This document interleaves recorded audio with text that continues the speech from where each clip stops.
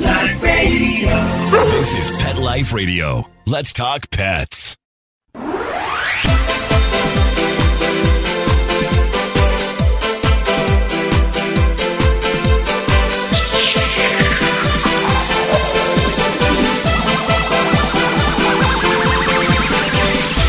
Hello! You're listening to Animal Party on Pet Life Radio with me, Deb Wolf.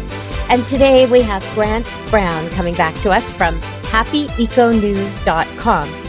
And we had a previous show so we could introduce you to the website and the topic and everything Grant's doing. And I promised I'd have him back to delve into some of these topics, these amazing topics. So welcome back, Grant. Well, thanks for having me back, Deb. This is great. Well, we just touched on things last time. Happyeconews.com.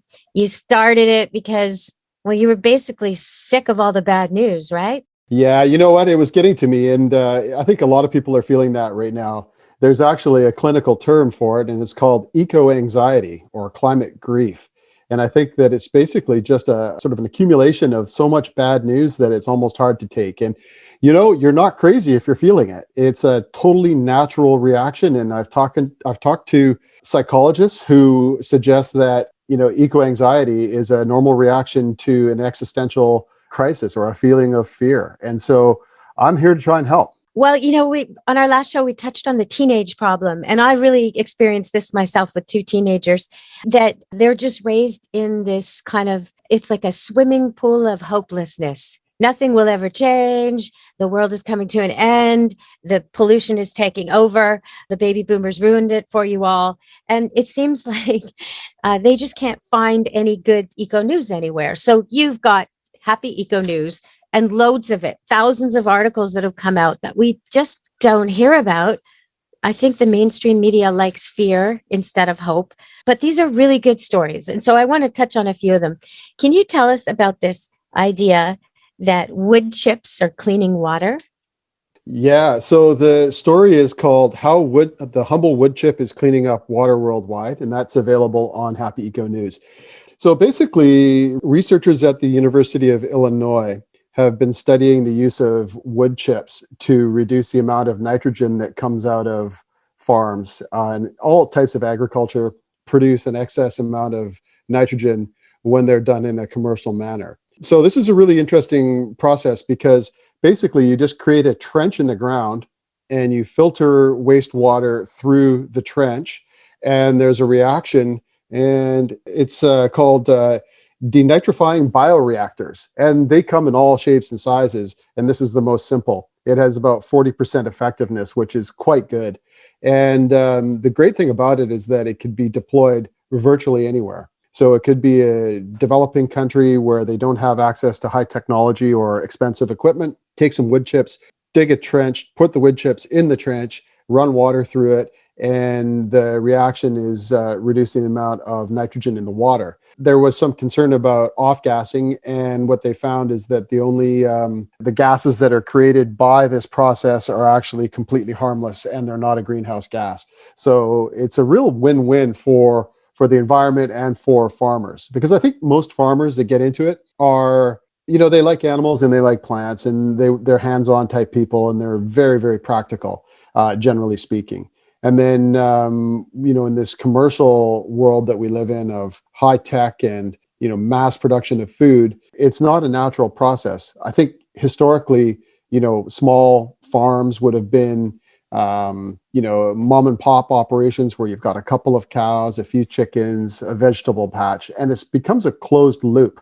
So the waste from the animals then gets put into compost. The compost gets put into the soil grows plants, and the waste plants feed the humans and the animals, and then the cycle continues. But in commercial operations, it's not like that. And there's all this waste nitrogen that gets created from that process that doesn't get used anywhere. And so it can create real havoc in the environment.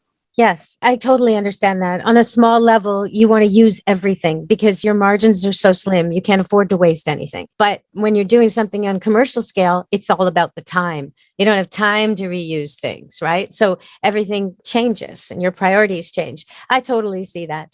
Okay, so there was a sensational idea. I mean, how can you not notice this one when you go to happyeconews.com and you see New Zealand is using drones to save dolphins. Okay, we got to talk about that because we got Sure. a big Florida audience and everybody loves dolphins. So, are drones saving dolphins? So the article is called "New Zealand Turns to Drones to Halt Maui Dolphin Extinction." So the Maui dolphin is a subspecies. They're a threatened cetacean. They're a subspecies, basically, of a very small dolphin that's only found in New Zealand. And there's only about 63 of these animals left anywhere, and that's where they're found. So they're very beautiful. They're tiny in dolphin comparisons. But what they've done is they've used drones to track them. Now, because they're threatened, there's a lot of money and effort going into trying to save these poor little creatures. And one of the big threats is fishing. So commercial fishing nets might catch dolphins, and then the dolphins would drown because, of course, they're a mammal, not a fish. So basically what they've been doing is flying with helicopters and other types of aircraft, or in ships or boats, trying to find out where these creatures are living and where they are at certain times of the year, etc. So they're trying to find out what their habits are so that they can protect them. But that's really expensive. You've got aircraft, a helicopter, it's $900 an hour at the minimum. And it really depends upon whether you can spot the animals or not. So, and then of course, identifying a Maui dolphin from another dolphin from the air might be kind of difficult as well. So it really depends upon the people that are in the helicopter at the time. It's expensive, it's dangerous, etc. And it's not that effective. But what they've started doing is using drones, and these drones can travel using GPS on a crisscross crossing over the ocean in a grid form, so they can spot these dolphins. And then using artificial intelligence, they can recognize whether it's a Maui dolphin or virtually any other dolphin with about a 90% accuracy, which is much better than what a human can do. So first of all, you've got a much lower cost of operation because a drone is very, very inexpensive compared to a helicopter, and operating it is even cheaper. And then you've got a higher effectiveness of operation, and is completely safe for humans. So we don't have to worry about sending our scientists up in helicopters in bad weather.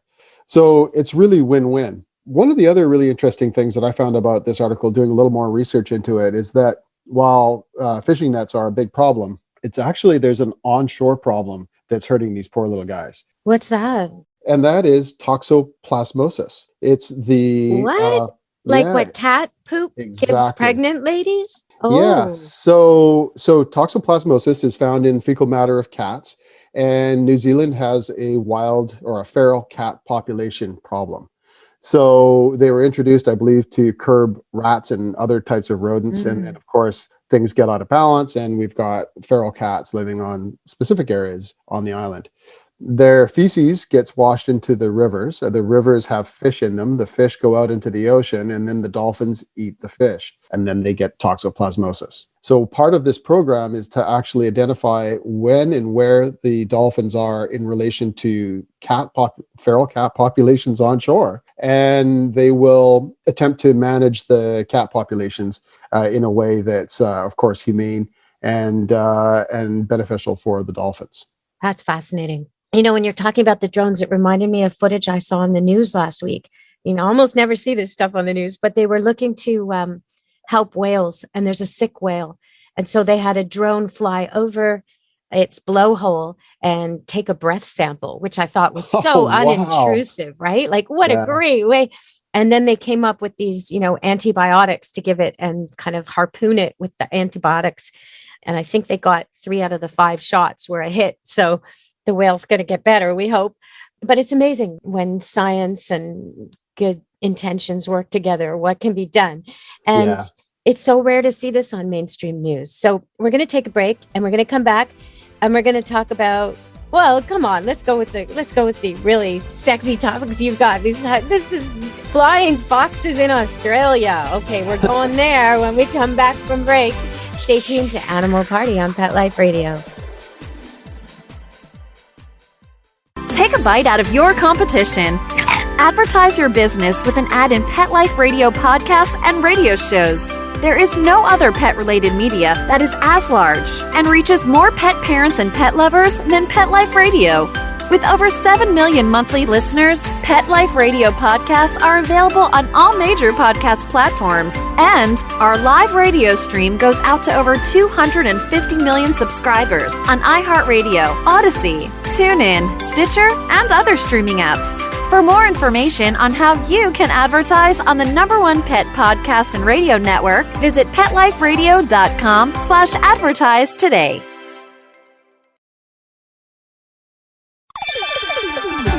Let's Talk Pets on PetLifeRadio.com.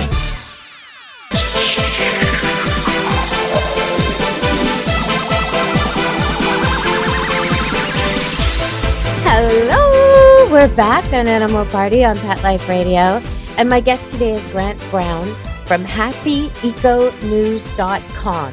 You should check it out. There's so many stories on there, thousands. It's just so uplifting.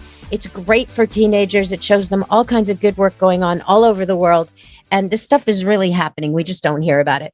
So, okay. Flying foxes. I personally have flying squirrels in my little forest behind my house here, which are just amazing to watch. They're just so cool. What is a flying fox, and how can a sprinkler help it? This is new to me. Well, interesting anecdote. When I was a kid, my grandfather had a pet flying squirrel named Baby. And it grew up and it actually got returned to the wild. But I digress. A flying fox is not actually a fox, I have to say. It's actually a very large bat, and it's only found in Australia. It's called the gray-headed flying fox. It's a vegetarian creature, and it has a wingspan of about a meter. So they're a real big creature, and one of the biggest bats in the world. They're extremely important to the local ecosystem. Wait. You're saying, I'm sorry, a meter, like it's more than 3 feet? More than 3 feet. This thing is wider than a man's shoulders, and it's a bat? That's a little scary, I got to say. I'm glad you said it was vegetarian. Holy It's vegetarian. moly. It'll come and eat fruit right out of your hand, I bet. It would be a very friendly little bat or a big bat. If you say so. Okay. And it's interesting because I think Australians do have a bit of a love-hate or a love-fear relationship with the gray-headed flying fox because they are a large bat. And I think people have, just that instant sort of moment of fear and revulsion when they see a bat, especially these days.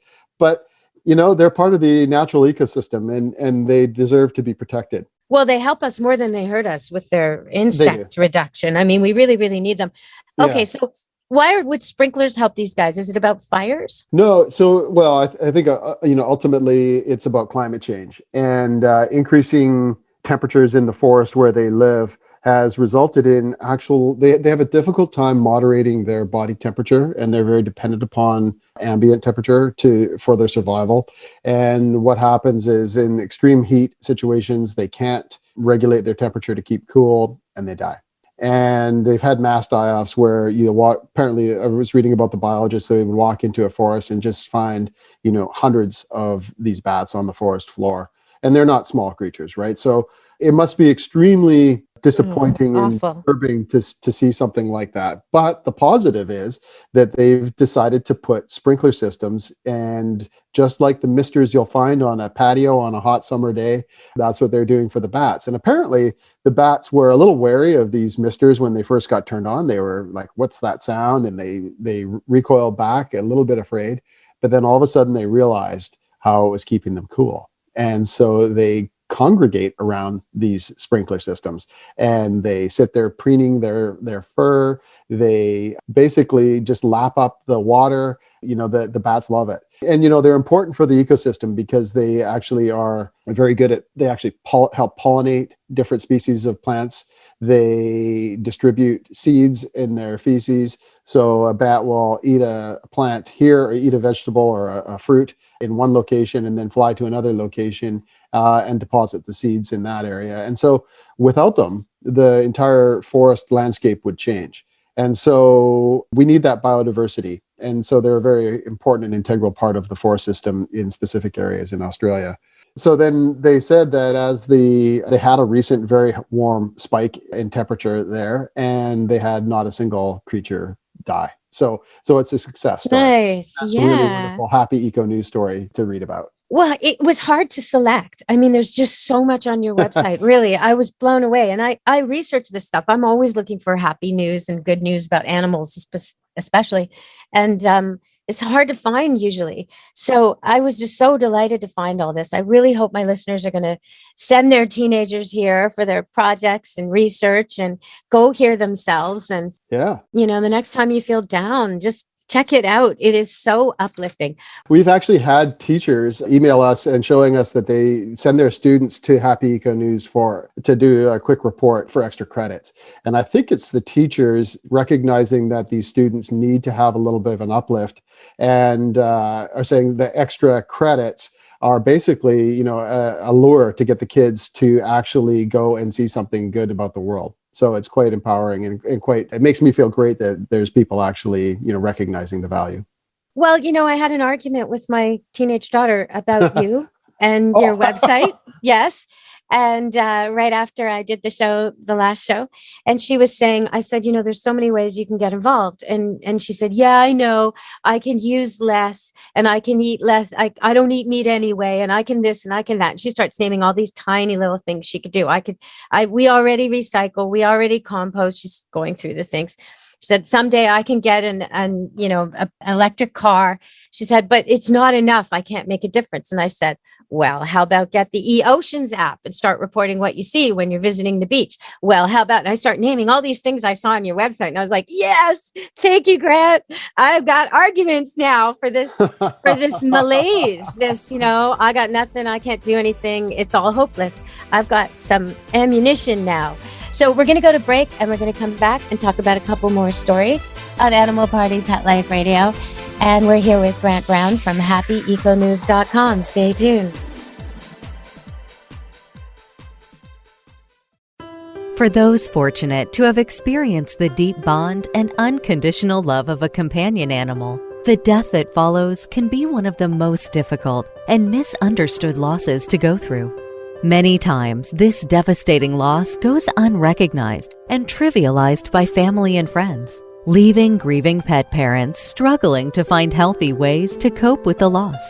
In And I Love You Still, a thoughtful guide and remembrance journal for healing the loss of a pet, Dr. Julianne Corbin calls attention to the difficulties unique to the loss of a beloved pet and provides an interactive and compassionate guide to help you process your loss and work towards coming to a place of peace and healing. For those interested in journal therapy and looking for a professionally written and compassionate resource to help understand and reconcile the grief associated with the loss of your pet, this book is for you.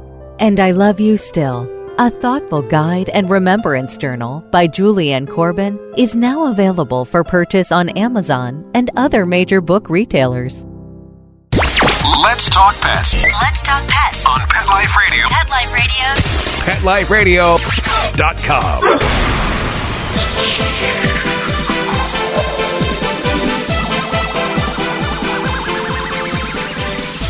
Hello, we're back on Animal Party on Pet Life Radio with my guest from happyeconews.com, Grant Brown.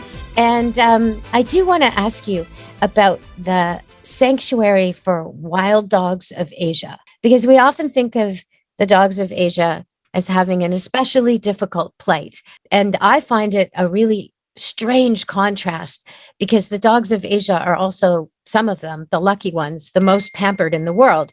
And yet there are others that are so mistreated or even thought of as food. And so I want to know, what is this about the sanctuary for the wild dogs of Asia? So I'm going to try and say the name of it. It's called the Wayanad Sanctuary, and it's located in India. And I'm not sure exactly where in India. India is a huge country, so I would imagine it's in a fairly rural area. But the Wayanad Wildlife Sanctuary was set up to provide habitat for threatened tigers and elephants in the area. And recent studies have shown that it also provides habitat for the large Asiatic wild dog, which is an endangered carnivore native to South Asia. So basically, the glory animals are the elephants and the tigers, and they get all the press. There's huge efforts to save tigers, and that's great. I mean, tigers are sort of an iconic species for South Asia. But in this large tract of wild land that's been set aside for these, large carnivores and elephants, they found that these Asiatic wild dogs are actually thriving in there as well. And the interesting thing about this is that the scientists had no idea. They had no idea that large packs of wild dogs were living amongst the other creatures in the forest. And I think it's important because the fact that you can have a large carnivore that's so endangered living in an area like that without anybody's knowledge just shows, to me anyway, that there is hope. There's so much that we don't know about the world. And it also shows that if you just give these creatures a break, you just give them a place where they're protected and where they've got enough food, they will bounce back. And it reminds me of a story that was also on the Happy Eco News about the Elwha River in Washington State. And there was a dam across that river for about 100 years. And virtually, it was a power generation dam that was used for whatever industry, perhaps logging or something like that. And the advent of the dam basically killed the river from a certain point upstream. And it really changed the downstream portion of the river as well. No longer was silt flowing out of the ocean and out of the river into the ocean, and the beach was being degraded and everything else like that. They took the dam out, and then the next year, the entire river had changed. The silt had flown out. There was a big beach at the mouth of the river in the ocean. The steelhead and salmon had returned. With that, the carnivores, the wolves, the coyotes, raccoons, bears, even wild deer were all dependent upon the different nutrients that were deposited from Wild River. So 5 years later, it's a thriving ecosystem again that you could basically, if you were to look at it, you wouldn't even know that there ever was a dam there. And so coming back to the original story of the Wayanad Wildlife Sanctuary, it shows to me that if you just give these animals a break, you can actually find some real positives, and they will bounce back very quickly. And so it's a very, very exciting prospect that if we just leave stuff alone, nature will return. I love it that they didn't know they were there. I mean, there's often times where we'll be walking, I'll be walking with my dogs in a normal situation, and there'll be coyotes and I won't know they're there, a whole pack of them. But my dogs know. My dogs definitely know. The dogs right? are great to have around that way. They know. But, and so 20, 30 coyotes could sneak up on you. Why couldn't there be a wild dog population that you wouldn't hear and you wouldn't see? And if they've learned to fear man, then absolutely you wouldn't hear or see them. I think that's amazing. It makes me think of all the many, every year there's some new species found somewhere. Some thing they never thought existed that's all of a sudden discovered under the earth or in a hidden lake or some place. And then there's the mystery animals, right? Like the Sasquatch and, the things that maybe not, who knows? Yeah. But it does give me hope that there could be a whole world out there we don't know and we haven't ruined. Every time I go into the mountains, I hope to see a Sasquatch. And every time I go to the ocean, I hope to see a mermaid. So, I'm hopeful. Well, yeah. And the unicorn, I must say, would be much appreciated. I would like to ride my, give a lift on my unicorn to the mermaid as we head off to visit the Sasquatch. That would be an incredible adventure. But it's nice to know that these animals can bounce back so thoroughly. And, in other ways, too. I mean, we do change the climate. We change the temperatures of the waters, and we change all kinds of things. But sometimes the animals just move and they do all right. I mean, in my area, there's so many birds here that aren't supposed to be here, but they're now here year after year after year after year because where they used to be isn't so great anymore. And this climate is somehow more hospitable to them than it used to be. And I think that as we restore those places, they'll move back again. But, it's amazing to see how much fluidity there is in these species. If we just give them a place to weather the storm, to come back, to gather themselves, to gather their numbers, if we can start working on cleaning up the places they need, they will come back. right? They will. Absolutely. Yeah. And you know what? That's the beauty of, I think, nature in general, is that it is extremely resilient. We have this sort of, and I say this often, we have this ego or this hubris that allows humans to think that we basically are the be all and end all of everything, and that we're detached from nature. And I think that we're much closer, we evolved in it and around it, and we have a connection to it that we need. But it's also much more powerful than we give it credit for. And so I think that, just like I say, giving these creatures a break gives them the opportunity to thrive. Just giving nature a break, a river a break, gives it an opportunity to regenerate and to heal. And I think that our entire planet, if we can find a way that we can stop destroying forests, or at least preserve large tracts of the areas of land for biodiversity, for carbon sequestration, and those kinds of things, I think we'll be okay. And, one of the things, Deb, that I really have found, and, I've gone from being somewhat of a pessimist a few years ago to actually feeling really optimistic about the future of the planet. And that is, this ability for nature to regenerate if we give it a chance. And what I'm seeing is that we are now giving it a chance. It's new policies and government level. All of these things are allowing nature to actually heal. And I think we're going to get there. Well, we sort of touched on this anyway about discovering a new species. And I remember there was a story on happyeconews.com about an ermine discovered in the Haida and the Queen Charlotte's, sort of northwest Pacific, north of Seattle, and kind of west and south of Alaska. In the ocean, there are these islands, and they discovered these ermines, and they've been hidden for 300,000 years. Like, nobody knows these guys.